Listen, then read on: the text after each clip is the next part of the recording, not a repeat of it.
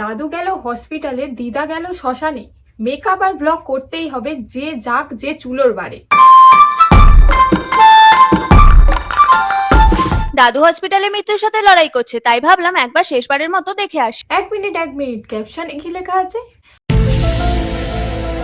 আচ্ছা, মামনি দাদুকে দেখতে যাবে হসপিটালে, তাই এত মেকআপ করছে। আচ্ছা। ও, বলছি মামনি ছোটবেলায় কি একটাও পোলিওর ডোজ পড়েনি?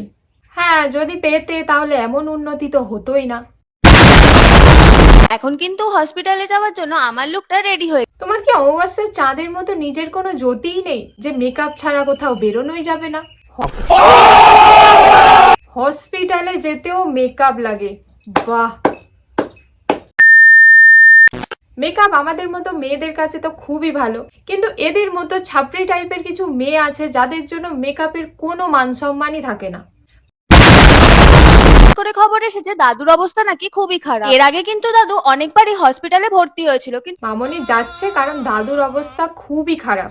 আচ্ছা, অবস্থা খারাপ তাতেই এত সাজগোজ, আর যদি মারা যায় তাহলে তো দেখতেই হবে না। তোমরা কিন্তু আমার দাদুর জন্য অবশ্যই প্রে করো। আমার দাদুর কিন্তু এখনো মরার বয়স হয়নি। আচ্ছা। তুমি বলছো তোমার দাদুর এখনো মরার বয়স হয়নি, কিন্তু আমার তোমার মেন্টালিটি দেখে মনে হচ্ছে যে তোমার বয়স হয়ে গেছে। এবার একটা কথা বলি, উনি কিন্তু আমার নিজের দাদু নয়। নিজের দাদু নয় তাতেই এই অবস্থা, জানি না নিজের হলে কি যে করতে। এবার তোমরাই কমেন্টে জানাও আমাকে কেমন লাগছে। বাই দ্য ওয়ে, তোমার লুকটা বেশ ভালোই হয়েছে। ঠিকঠাক রাস্তার ধারে বসে পড়ো, প্রচুর টাকা ইনকাম হবে। এই ছাপড়িটা তো দাদু মরেনি তাতেই এমন করছে, কিন্তু এদিকে একে দেখো, দিদা মারা গেছে, ও শ্মশানে যাবে, তাতেই মামনির এই সাজগোজ। হঠাৎ শুনি আমার দিদা মারা গেছে আর সবাইকে যেতে হবে শ্মশানে। আমিও দেরি না করে ঝটাপট রেডি হয়ে চলে গেলাম। তেমন রেডি হয়ে ন্যাচারাল ভাবে যাই, জানো তো তোমাদের সাথে, জানোই তো আমি একটু সাজতে ভালোবাসি। হ্যাঁ, ওই সাজগোজটা তো একটুই, খুব বেশি না, খুব বেশি না। ঠিক আছে ঠিক আছে, একটা কথা বলি শোন বোন, তো দিদা মরে গিয়েও শান্তি পাচ্ছে না। এমন নাতনি যদি কপালে জোটে তো শান্তি চুলোর বারেই যাবে। সঠিক বলেছেন।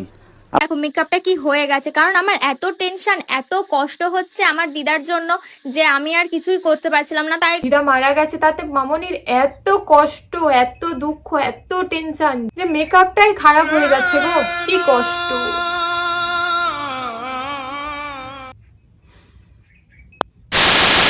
যেমন তেমন রেডি হয়ে ন্যাচারাল ভাবে যাই, জানো তো। হ্যাঁ রে হ্যাঁ, এটাই তো ন্যাচারাল লুক। 4 কেজি মেকআপ তো মনেই হচ্ছে না। देखो कितनी बोली है लेकिन अंदर से लोमड़ी है। ভাই তুই তোর এই গল্পগুলো না শ্মশানে গিয়েই শেয়ার করিস, তাতে ভালোই হবে। সঠিক বলেছেন। চলো আমার দিদা মারা যাওয়ার আর শ্মশানের ব্লগটা তোমাদের সাথে শেয়ার করি। তোর মা বাবা কি তোকে একটুও শিক্ষা দিতে পারেনি? তারা কি এই ভিডিওটা দেখতেও পাচ্ছে না? আমি যদি ওনাদের জায়গায় থাকতাম না, দুগালে দুটো থাবড়ে ব্লগের 12টা বাজিয়ে দিতাম। কিছু কিছু মানুষ এতটাই অসভ্য, এতটাই জঘন্য যে পপুলারিটি আর ফ্রেমের জন্য কুকুরের লেজের থেকেও বাঁকা কাজ করতে পারে, আর তাদের মধ্যে এরাও পড়ে। তো যাই হোক, ভিডিওটা শুধুমাত্র এন্টারটেনের জন্য। তো যদি মজা পেয়ে থাকো তাহলে চ্যানেলটা সাবস্ক্রাইব করে রাখো আরো মজা পেতে। টাটা।